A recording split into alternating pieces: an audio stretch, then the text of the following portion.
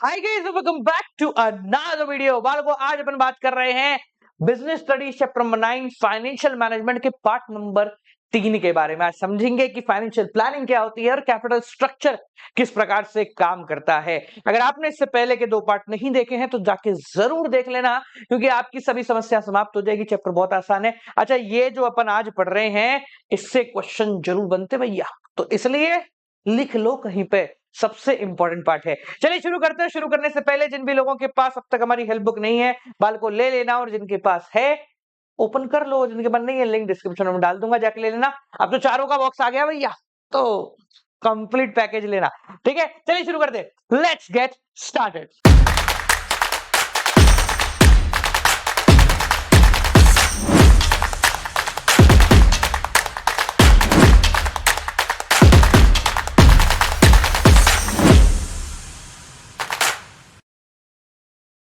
Financial planning यानी कि पहले से डिसाइड कर लेना कितना चाहिए, कहां से चाहिए, कब चाहिए और कितना बटेगा।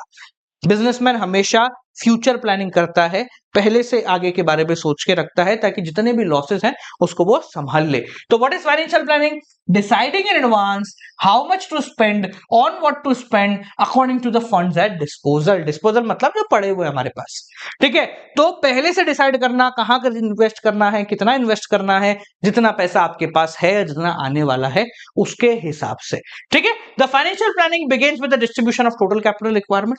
प्लानिंग की शुरुआत होती है, हम देखते हैं कि यार कितना पैसा हमारी जेब में है, चाहिए, तो ये देखो कहां से और आना है और कहां इन्वेस्ट करना है। मतलब ये तीनों जो अपन ने डिसीजन पड़े, इन तीनों को इकट्ठा करके जब फाइनेंशियल मैनेजर सोचता है तो उसको हम बोलते हैं फाइनेंशियल प्लानिंग। अब क्यों जरूरी है सर पहले से सोचना? अपन ने तीनों डिसीजन की बात कर ली, उसकी इंपॉर्टेंस देख ली, पर पहले से क्यों सोचना जरूरी है? भाई जब समय आएगा तब सोच लेंगे? नहीं, बिजनेसमैन बोलता है पहले से ही पैसे के बारे में सोच लो, कितना चाहिए, क्यों चाहिए, कहां लगाना है, कैसे लगाना है। क्यों सोचना जरूरी है सर?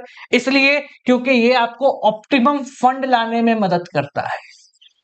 मतलब ऐसा पैसा जिससे लॉस नहीं। कभी कभी होता है ना, ज्यादा इंटरेस्ट रेट में भी पैसा लेना पड़ रहा है क्योंकि अभी रेट ज्यादा है और मुझे पैसे की अर्जेंट जरूरत है। तो अगर आपने पहले से प्लान नहीं कर रखा तो आप नुकसान में फंड लोगे। तो अगर आपको ऑप्टिमम फंड चाहिए, मतलब बिना वेस्टेज के पैसा चाहिए, तो आप क्या करोगे? पहले से प्लानिंग करके रखोगे। ठीक है, आपका सबसे परफेक्ट या एप्रोप्रिएट कैपिटल स्ट्रक्चर डिफाइन होगा। मतलब कितना लोन लेना है और कितना डेट लेना है, या पहले से पता करके रखोगे ना, तो आपको प्रॉब्लम नहीं आएगी, सारे इधर उधर की बातें बाहर निकल जाएंगी। सही प्रोजेक्ट में पैसा लगाने में आपको मदद मिलेगी। क्या होता है, अगर मैंने पहले से प्लान नहीं कर रखा तो सबसे बड़ी प्रॉब्लम क्या आएगी? मेरे को दिखेगा अरे यार ये अच्छा प्रोजेक्ट है, लगा दो, और ये भी अच्छा दिख रहा है, यहां भी लगा, तो बिजनेसमैन इधर उधर पैसा लगा देगा। पर अगर मेरा पहले से गोल फिक्स है कि मुझे नहीं यही करना है, तो क्या होगा? मैं सही प्रोजेक्ट में पैसा लगा पाऊंगा। ठीक है, आपके पास आपके पैसे का कंट्रोल होगा। सही बात है भाई, पहले से प्लान करके रखोगे। हमारी माताजी क्या करती, पिताजी क्या करते हैं? पहले से प्लान करते हैं पूरे महीने में कितना खर्च करना है। मिडिल क्लास यही करता है। ठीक है, तो जब वो पहले से ये सारी चीजें प्लान करके रखते हैं तो उनको ज्यादा प्रॉब्लम नहीं झेलनी पड़ती। वरना अपने क्या है, आजकल के हमारे 20-22 साल के क्या करेंगे? अरे 30,000 रुपए तनख्वाह है मेरी, पैसा आने से पहले तो उड़ जाता है, देखेंगे बाद की बात में, तो फिर वो उधारी में जिंदगी उनकी पूरी निकल जाती है। ठीक है, आपको सही यूटिलाइजेशन करने में मदद करता है, पैसे को सही तरीके से इस्तेमाल करने में आपकी मदद करता है, क्योंकि आप पहले से ही कॉस्ट और बेनिफिट एनालाइज करके बैठे हो। ठीक है, बिजनेस के शॉक और सरप्राइज से आप बच जाते हो। भाई बिजनेस का एक सबसे बड़ी प्रॉब्लम है, कल क्या होना है सोचते सब है, पर पता कोई नहीं कर सकता। तो कल मोदी जी आके बोल दे कि मित्रों आज से ये बंद हो जाएगा, वो बंद हो जाएगा, तो अगर आप पहले से सब चीजों को प्लान करके रखोगे तो आप कहीं ना कहीं रेडी हो कि भाई अगर कुछ गड़बड़ होती है तो हम पहले से बचे हुए हैं, थोड़ा सा हम संभल के चल रहे थे पहले से। ठीक है, तो हर प्रकार के शॉक और सरप्राइज से आप थोड़ा सा बच सकते हो अगर आप पहले से प्लानिंग करके रखते हो तो। ठीक है, आपको प्रेजेंट और फ्यूचर के बीच में एक लिंक बना देता है, क्योंकि आपने पहले से डिसाइड कर रखा है सारी की सारी चीजें, और साथ साथ में कोऑर्डिनेशन इंक्रीज करता है।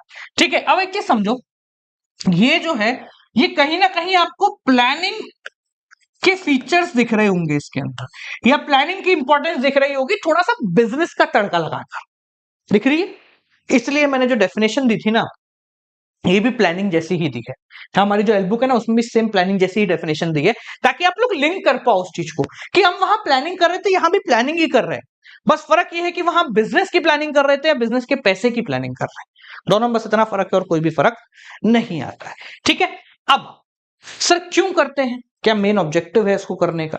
ठीक है, तो पहला, जरूरत पड़ने पे पैसा मिल जाए, जरूरत पड़ने पे पैसा मिले, बिना वजह पैसा नहीं उठाओ, और तीसरा, शॉर्ट टर्म और लॉन्ग टर्म प्रोजेक्ट शॉर्ट हो जाए।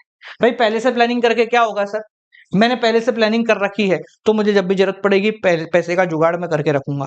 दूसरी चीज, बिना वजह पैसा खर्च नहीं करूंगा क्योंकि मेरे प्लान में पहले से है कि इस पे इतना ही लगाना है, इस पे इतना ही लगाना है। और तीसरी चीज, जरूरत की चीज के लिए पैसा कभी कम नहीं पड़ेगा, चाहे वो शॉर्ट टर्म हो या फिर लॉन्ग टर्म हो। समझ में आ गया? तो ये है पैसे की प्रॉपर प्लानिंग। अब इसके बाद दो टॉपिक हैं आपके, छोटे छोटे हैं, ठीक है, एक कैपिटल स्ट्रक्चर, फाइनेंशियल लिवरेज, और फिक्स और वर्किंग कैपिटल। ठीक है, बहुत सिंपल है, ये सेम चीज को रिपीट करते हैं बट थोड़ी सी अलग भाषा के अंदर, है ना, थोड़ी सी भाषा चेंज हो रही है।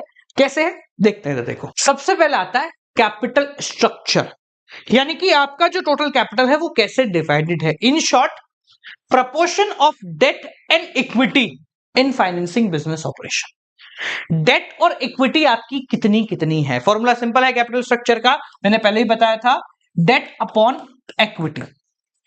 कंपनी ये ध्यान रखती है कि उसका कैपिटल स्ट्रक्चर कुछ ऐसा होना चाहिए कि उसके वेल्थ ऑफ शेयर होल्डर, वही सेम चीज, मैक्सिमाइज हो।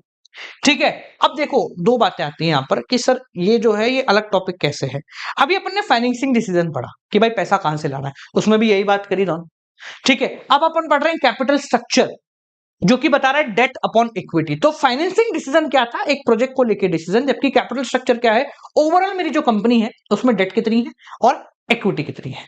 और कैपिटल स्ट्रक्चर को तोड़ के एक नाम दिया गया है जिसको हम बोलते हैं फाइनेंशियल लिवरेज या फिर ट्रेडिंग ऑन इक्विटी। मतलब कोई अलग नहीं है, मतलब अप्रोक्सीमेटली आपका सेम है, फाइनेंशियल लिवरेज या ट्रेडिंग ऑन इक्विटी, यानी कि हम कितना इक्विटी पे अभी ट्रेड कर रहे हैं और कितना डेट पे काम कर रहे हैं। मतलब वही हुआ घूम फिर के कि हम अपने कैपिटल का कितना हिस्सा इक्विटी में लेते हैं और कितना हिस्सा डेट के फॉर्मेट में लेते हैं।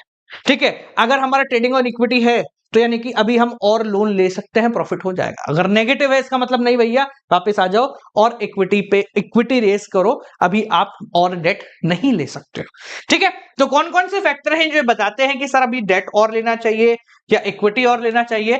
तो ये सारे फैक्टर हैं सर। ये कौन कौन से हैं? ये वही हैं जो आपने पहले पढ़े थे फाइनेंसिंग के अंदर। दो तीन अलग है, बाकी सब कुछ सेम है। देखो मैं रिपीट करा रहा हूं सारे के सारे ताकि आपको कोई छूटे ना, बट कुछ आपको सेम सा ही मिलेगा। दो टॉपिक है, देखो एक ये मुझे अलग दिख रहा है और कुछ है क्या, ये भी अलग दिख रहा है।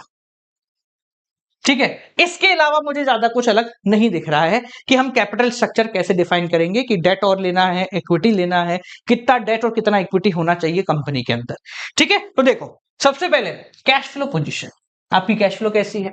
सेम वही, अगर कैश फ्लो ज्यादा है तो सर हम डेट ले लेंगे, कैश फ्लो अच्छी है, पैसा आ रहा है तो लोन लो, इंटरेस्ट चुकाओ, पैसा काय को बांटना, प्रॉफिट क्यों सब में बांटना है। अगर आपका कैश फ्लो पोजीशन खराब है, आपके पास पैसा नहीं है, तो चुपचाप मालिकों के पास जाओ, बोलो पैसा दो और चुपचाप थोड़े समय बैठो, हम तुमको अभी पैसा नहीं देंगे। ठीक है, सेकंड इंटरेस्ट कवरेज रेशो। अब ये इंटरेस्ट कवरेज रेशो क्या होता है? देखो अकाउंटेंसी तो है नहीं है, तो सिंपल भाषा में समझो। इंटरेस्ट कवरेज रेशो का मतलब आप अपने प्रॉफिट से कितनी बारी इंटरेस्ट दे सकते हो। फर्ज कीजिए आपका प्रॉफिट हुआ है 10 लाख, कितना हुआ है 10 लाख, ये है profit before interest and tax, जो भी अपन ने ईबीआईटी देखा, earning before interest and tax. इसमें से मुझे इंटरेस्ट देना है 2 लाख, कितना देना है 2 लाख, तो मेरा इंटरेस्ट कवरेज रेशियो हुआ 5, यानी कि मैं अपने प्रॉफिट में से 5 बारी इंटरेस्ट दे सकता हूं, है पैसा मेरे पास, मेरा जो प्रॉफिट हुआ है इसमें से 5 बार इंटरेस्ट दिया जा सकता है। इसका मतलब है कि हाँ अभी आपके पास एडिशनल पैसा है और लोन ले सकते हो। अगर मेरा इंटरेस्ट कवरेज रेशियो कम है, मान लो 10 लाख का प्रॉफिट हुआ है, 10 लाख ही मुझे इंटरेस्ट में चुकाना है, तो भैया पूरा पैसा मेरा इंटरेस्ट में जा रहा है और लोन नहीं लूंगा, मेरे पास पैसा नहीं है। ठीक है, तो ये भी डिपेंड करता है कि आपका इंटरेस्ट कवरेज रेशियो कैसा है। थर्ड वही सेम है, रिपीट नहीं करूंगा मैं, रिटर्न ऑन इन्वेस्टमेंट, इन्वेस्टमेंट में रिटर्न कितना आ रहा है। ठीक है, अच्छा रिटर्न है, इंटरेस्ट दे सकते हो तो वेल एंड गुड है, नहीं आ रहा है तो फिर लोन लो। कॉस्ट ऑफ डेट, लोन लेने का खर्चा कितना आ रहा है। अगर लोन लेने का खर्चा बहुत आ रहा है, अभी लोन मिल नहीं रहा है, बहुत चक्कर काटने पड़ेंगे, तो ठीक है, आप फिर इक्विटी ले सकते हो। टैक्स रेट कितनी है, ठीक है, अगर टैक्स रेट हाई है, मतलब सरकार ने बोला भाई इस साल हम टैक्स ज्यादा लगाएंगे, तो क्या करो, लोन ले लो चुपचाप। क्योंकि अपन ने जो पहले पढ़ा था, देखो मैं वापस ध्यान दिलाता हूं, कहां गया भाई, ये रहा, इंटरेस्ट टैक्स से पहले लगता है। तो अगर टैक्स रेट ज्यादा है तो पहले ही पैसा कम कर लो, ब्याज में दे दो, क्योंकि नीचे आ जाते तो पैसा वैसे भी नहीं बचने वाला। तो सरकार पैसा ले जाए, इससे बेहतर है कि हम इंटरेस्ट पे पैसा दे देते, ताकि हमारा टैक्स बच जाएगा। ठीक है, कॉस्ट ऑफ डेट था, कॉस्ट ऑफ इक्विटी सेम वही है, खर्चा कितना आ रहा है। ठीक है, तो ये दोनों पिछले पॉइंट में कॉस्ट के नाम से थे, अब इसको अलग अलग कर दिया। ठीक है, फ्लोटेशन कॉस्ट अपन पहले पढ़ चुके हैं, कंट्रोल पहले पढ़ चुके हैं, स्टॉक मार्केट कंडीशन पहले पढ़ चुके हैं, बस एक चीज रह गई है, capital structure of other companies. ये अगर आप नई कंपनी शुरू कर रहे हैं तो ये देखो कि भाई आपके जैसा काम जो दूसरी कंपनी कर रही है वो क्या कर रही है, क्योंकि वो भी सारी प्लानिंग वेलिंग करके बैठी होंगी। दो तरीके होते हैं बिजनेस में करने के, एक तो ये है कि आप रॉ से कर रहे हो तो सीखते सीखते करो, एक ये है कि कोई और ऐसा काम कर रहा है तो उसको देख लो, उससे इंस्पिरेशन लेके कर लो। ठीक है, तो अगर आप ऐसे कंपनी खोल रहे हो जहां पहले से मार्केट में लोग हैं, तो आप पहले कॉम्पिटिटर का एनालाइज करो कि भाई ये क्या कर रहा है, अच्छा तू ढंग से कर रहा है, तेरा कैपिटल स्ट्रक्चर ऐसा, वैसा ही आप भी बना लो, क्योंकि उसने सब कुछ कर लिया होगा, उसने सारी मेहनत करी होगी और एट द एंड वो यहां पहुंचा है, तो आप भी वैसा ही कर लो, आपकी बिना मेहनत के काम हो जाएगा। ठीक है, तो इसके हिसाब से आपका कैपिटल स्ट्रक्चर डिफाइन होता है। ध्यान रखना, कैपिटल स्ट्रक्चर मतलब पूरी कंपनी में कितना डेट और कितना वो होगा। फाइनेंसिंग डिसीजन मतलब अभी इस प्रोजेक्ट के लिए पैसा चाहिए तो कहां से पैसा लाएंगे।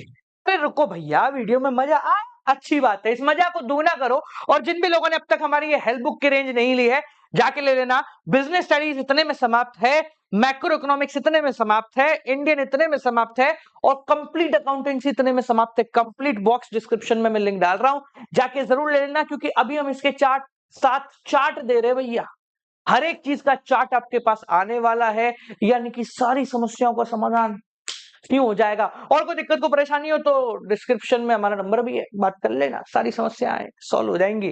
चलिए मिलते हैं आपसे अगली वीडियो के साथ, तब तक के लिए नमस्कार।